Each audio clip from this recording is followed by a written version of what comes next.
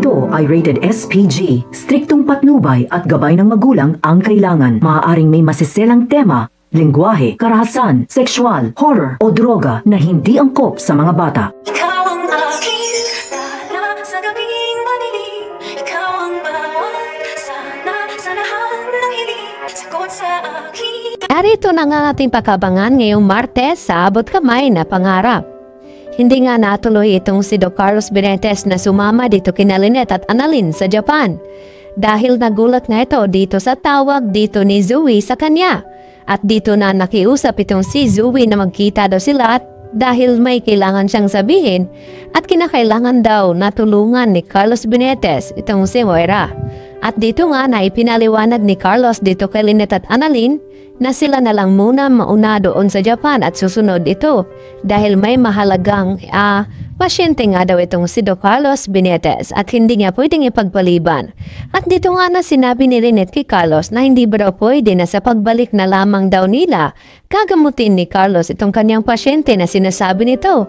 At dito nga na ipinaliwanag ni Carlos na hindi nga daw pwede dahil VIP patient nga daw ito. At maya-maya nga nakipagkita na itong si Carlos dito kay Zoe.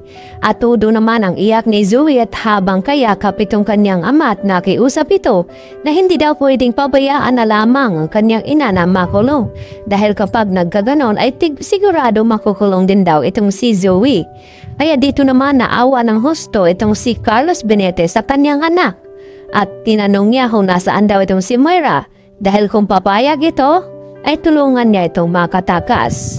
At dito nga, pumunta itong mga pulis sa hotel kung saan nanuluyan itong si Moira at laking gulat ng mga kapulisan na tila magulo itong kwarto na naabutan ng mga pulis at wala na si Moira doon.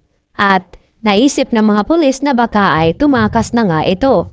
At ipinagtataka naman nila RJ at Giselle na kung bakit naroon din itong si Carlos Benitez.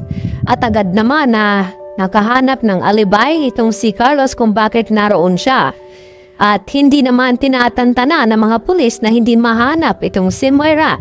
Lalo pa ngayon na tila mas pinahigpit pa itong kaso na kanyang kahaharapin dahil sa nasabing pera na itinago ni Moira no natagpuan naman ng isang matanda at isinuko sa mga pulis. At naniwala ito na itong pera na natagpuan ay galing nga sa masama.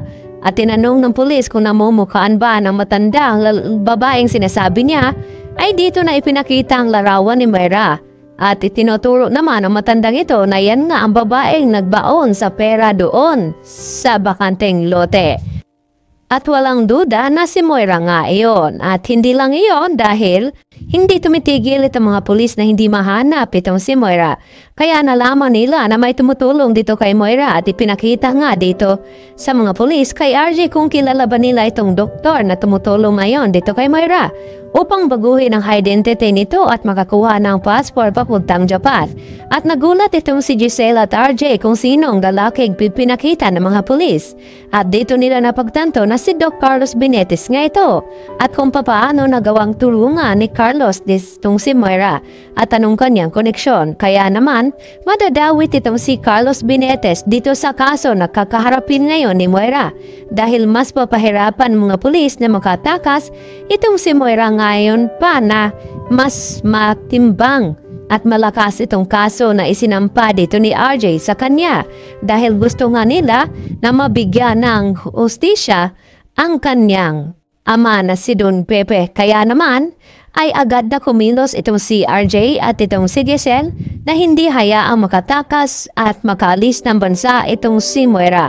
Kaya yun ang ating patuloy na pakabangan kung dito na nga matitidimbog itong si Moira. Yan na po at marami pong salamat.